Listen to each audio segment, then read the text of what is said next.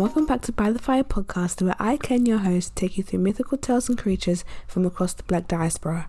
So today, I am honoured to have Reni K. Amayo, the author of Daughters of Nri, and her latest sequel, Descendants of the First, which is coming out October 5th.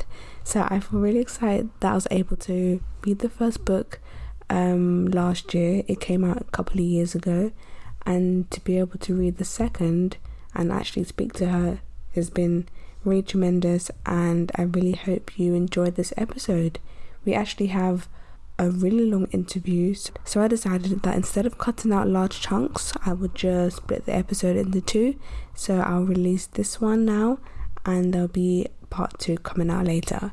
I really hope you enjoy this episode. Right, welcome Reni to By the Fire podcast. I have you author of Daughters of Nri as well as Descendants of the First, and I'm really glad to have you here with me today.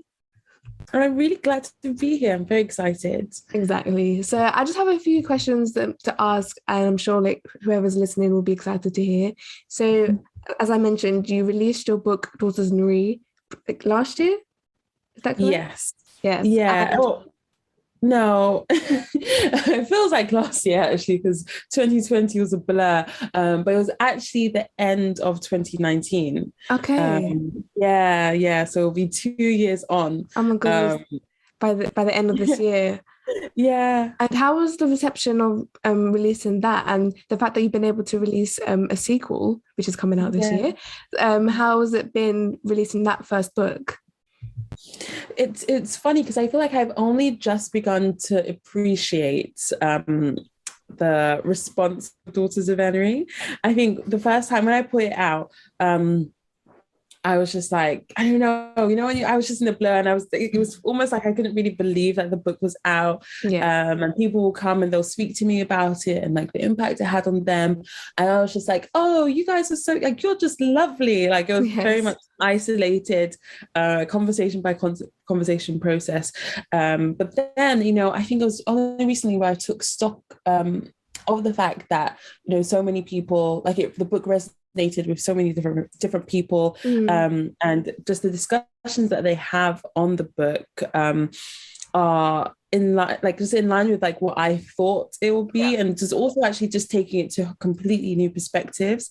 So that's been really interesting to watch, and it's also kind of built up some level of anxiety, I guess, in terms of the second book, because now I'm just like, ooh, expectations are high. Yes, because people, they love the first book, and I love the first book as well. So of course, what are people going to say about the second one? You don't know yet, but I'm sure it'll be a great reception. No, to be fair, I think the one thing I can be absolutely comfortable with is that I do love the second book. Yes. Although I love the first book. The first book, was an amazing thing to write. And I just enjoyed. I honestly write because almost as an alternative to reading. Yeah. So the story, like Daughters of Nri, Descendants of the First, they're all books that I just really wanted to read, if that makes sense. So I had to almost create them. So I, obviously I just do love them both, but rereadings, because I had to reread Descendants of the First, part of the whole proof concept, to make sure we had all the many straggler typos in the book before it comes out. And so I was rereading it, and I was just like, oh, this is such, I love this book, and I love how it's come together. And for me, I do think it's one of the best things I've ever written. So I think at that point, I can be very comfortable with the fact that, okay, I'm happy to release it out into the world, and I'll see how everyone takes it. But so I think that helps kind of ease the whole anxiety and stress. Yeah, I mean, that's really interesting. You saying how you got into writing was essentially writing books that you wanted to read. Is that how you began, even with Daughters of Nri, and writing in general? Yeah, it is definitely how I began with it. I mean, to be fair, like I said, I haven't said, but like I've said many times before, just in general interviews, I started writing properly, I guess, when I was 14 years old. That's when I was just like, oh, I need to write books. And for me, it was always sort of like, a hobby, like a very Yeah. personal thing. I never thought like I was going to publish a book like that. If those thoughts did come into my mind, it was very much like when I retire, maybe I'll just, Yes. throw a couple of these books out into the world. Who knows? But yeah, so then for me, writing was really it started off being like, I was already obsessed with reading. And I'd read a book and I'd be like, oh, I wish that the ending was different. Yeah. Or I had a book in mind that I had no idea how to find it, or what type of book it was, or let alone if it existed. I just knew that I really wanted this book. And that's definitely how I started off with Daughters of Nri. At the time I was doing a lot of research almost on Black history. Yeah. And what was really frustrating for me was that all the history, like all the history was very much localized towards like colonization and Yes. slavery and that period of time. And for me, I was just like, there's no way that this is the totality of such a rich continent. Yes. Obviously, like that is a huge factor, and it plays a huge role into like the current situations today. But Yeah. my point was like there has to be. It's not. I don't think it's the be all or end all. And the more I looked into it, the more I realized it's not even the most important factor. There's so many like amazing contributions to various things, art, science, just like culture in general, and culture in general that stem from the continent. The history is so rich, and even like the stuff that we do today, even out in the West, it stems from what they were doing back then. So I was very much like I was going through that rabbit hole of just African history, and I was like, and then the questions and that yearning for a story kind of like started to blossom in my mind, where I was like, I almost want to experience this world through fantasy. And that's the book I wanted to read. I wanted to read a book that was set in, an ancient African civilization environment. Exactly. And just like and then add the drama, add the magic. That's what I really wanted to do. And so yes, it became. So that's why I started writing Daughters of Nri in the first place. And for a long time, it was literally just a personal project that I had no intention of showing anyone. Like even my friends and family had no idea I'd written it until the end, when I was just like, oh, okay. So it turns out I've written a book all this time. Like this is what I've been doing anyway. Exactly. And that's how the process started. But yeah, it really was just my form of like additional reading. I mean, how was your research process? Because I gathered by your name you're Nigerian. How was your process of researching all these like creatures? Because there are some that I'll be talking about that I recognized from what I've been doing with my podcast. So how did you get into contact with those? Yeah, it's when it comes to African history, which I'm sure you'd understand as well. It's very difficult because it's not. I feel as though all the research is almost very sporadic. Yeah. So what I'll do is I'll find essays on like a piece of a society that I was interested in, or I'd ask questions. Like I'll be running through the script and I'd come across the issue of like clothing, and I was like, okay, what would they be wearing there? And that would I'd search those points, like, okay, how was African history, like ancient African, their approach towards fashion and everything. And that brought me down like a rabbit hole that maybe sparked something else, that ended up getting fed back into the book.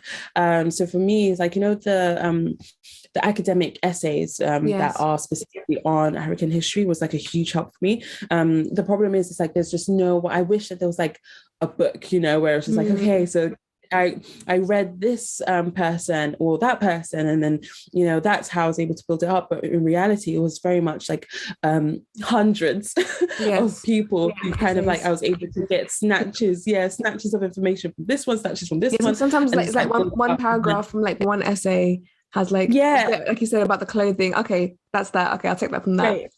Exactly. And then another paragraph has a bit about, like infrastructure. Okay, fine. I'll get that. That's how it was kind of built up. And then it was just speaking to my parents. So my parents are Igbo, they're Delta Igbo. And I think there is like a part of our history that is like passed down from generation to generation. Which is on one hand is very beautiful because you can go back to your parents and you speak to them about all these things. But on the other hand, I'm just like, oh, all that information could so easily be lost, because especially like right now when we talk about how we pass on information, I feel like it's different. I feel like most people might not, go to their parents and ask, okay, so like what was it like, in the villages like hundreds of years ago? Do you have like, what do you know? What's the oldest thing that you remember? Exactly. Which did add more almost like incentive behind, like I need to write this down, I need to put it down somewhere, like this way of life, so that we kind of have it preserved somewhere out in the world. So that was also like a huge help in building it up, and then the rest was just like filling it in with my imagination.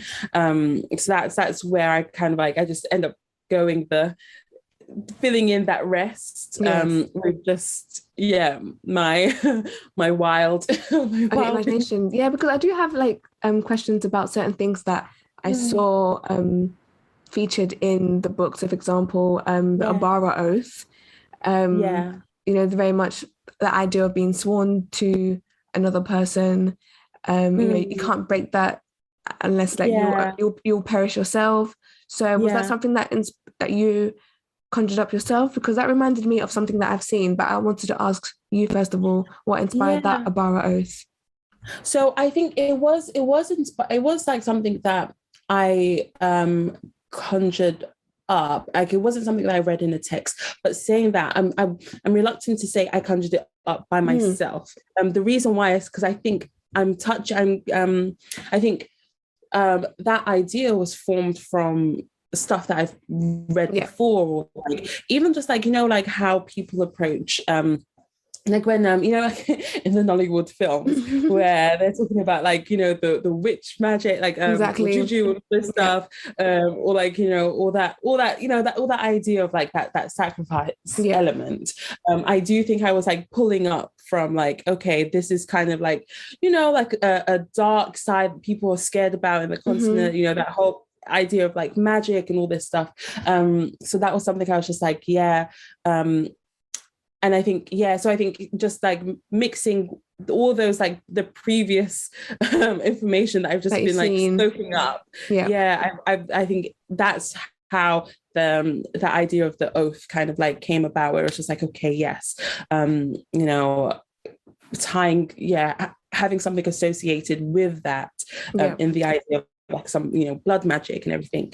And I really like, there's one of those things where I really liked how it went, because I do feel like a strong theme in Descendants of the First is blood, both in terms of like familial blood, like what makes you a family, one of Nala's Deep's dilemmas in the book, the idea of like having, a blood sister versus like someone that you've just kind of grown up with, thinking that they're sister, or, that idea. But then also blood in the sense of like, your ancestors and, what gets passed on from generation what ties you together with other people who are also descendants of the first. Exactly. Because even with the Abara oath, like that reminded me of the Obeya oath, which is a similar concept where people were sworn to secrecy, and that's from the Caribbean islands. So people kind of joke about Obeya man now, just the whole idea of amazing. So I was like, okay, is that what that is as well? But that's really cool. Okay, so moving on to the actual book, Descendants of the First. So I really enjoyed that book. I think my favorite character was Eni. Really? I mean, I wouldn't say too much. Because people need to go out and buy it and read it. But just that there was a certain area towards the end where I just said, "Oh, wow!" But no, I really enjoyed Eni. Did you see? No. Oh, I love that. Okay, good. No, because it made me go back to when I read the first book, and I said, so all that time, Mm, Wow. So yeah. that was an amazing like reveal to me. Mm. But no, I really enjoyed the story, just the plot line, and it was really great to read certain creatures who I recognized. So Ogun, I think everyone knows who that is. But you Yeah. mentioned that the Biloka, so who was the little forest wolf. So I have a quote which says, maybe as small as a child, but their years and wisdom is that of elders, which again, like I think I have an episode about it. You know, they are people Mhm. who eat women's limbs slowly, and that sort of Yeah. represents the whole idea of like, you know, just being aware of what's in the forest. Husbands being cautious of going away too long because you're leaving wives on their own. So it was really great to Mm. see that. I mean, and even Yeah. how you incorporated it into the book was really great as well. Yeah. No, I one of the I think one of my big missions, Mm, especially like with this series, is to bring about like just some of the cultural, like the historical and cultural elements of African history that I just feel like when no one is paying attention to. You know, I think it's interesting that we all kind of know you know, conceptually, you know, what dragons are or elves and mm, goblins and yeah. all this stuff, but we don't know like these mythical creatures Mm-hmm. within Africa. And I think that Yeah. that's something that I really hope that we kind of like shift away from, where we don't lose out on some of that really interesting history, like you said, like even with the Beluga, like that they are a really fascinating, you know, Like creatures. mythical creatures, Yeah. exactly, creatures, exactly, that you can play around with so much in like the element of fantasy and in Mm-hmm. film and in stories and everything. And I feel like, why aren't we doing that? No. You know, so Yeah. I just wanted to bring it like in the same way, like, you know, when I've read books about, as I said, like in set in, medieval European world, and you sort of like see that infusion of like those mythical creatures. I Mm. really wanted to bring that out for the African continent, you know, really Yeah. bring out some of like the elements across the different kingdoms, and yeah, like add another add another element Element to it. to the, yeah, And you did it so fantasy. well. Again, like how you said about Yeah. being able to sort of play around with what's already present in the history and the culture. So even Mm, Amadioha, who I know yeah. is to be like a thunder god in Mm, Nigeria, but then the way you wrote about him was sort of like an evil human using the thunder god's power for like an evil cause. So I would, yeah. from my point of view, I already knew him as someone who was just merciful because, you know, Yeah. striking down people who are dishonest, you know, Yeah. people always use that term, may God strike me down if I lie. Yeah. That's how I knew him. So then when you had your interpretation as him sort of having bad ambitions, malicious ambitions, I was like, Mm, okay, I've never seen it from this point of view. But it still yeah. works because at the end of the day, Yeah. it was the human interaction with him that caused him to be bad. So I thought, okay, Yeah. that's really cool to read. I love that you picked up on that, because Yeah. it's one of I remember it was something that I did very deliberately. And to be fair, at parts I was just like, oh, should I do that? Like, should I kind of like almost like tarnish this person, like this deity? Yeah. But then I was just like, no. And the reason why is because of what he's the god of. Yeah. Is the justice element, you know. And I think especially at the time, and it hasn't really changed for me, but it's one of like my huge criticisms about our society in Mm, general, and how we approach this concept of justice. mm, I feel as though, you know, we are kind of like fed, especially like, you know, when we're young and growing up, I think we're fed this story that the world um, is almost just, you know, like that we operate in a system where, okay, if you do something bad, then yep. you'll go to jail. And like, oh, Hmm. if you know, we operate that there's like almost like fairness and justice and all this Yes, stuff that like the happens. other side being Um, like meritocracy, which is like, you know, You get things based on how well you do. If you're a good person, you get this. Exactly.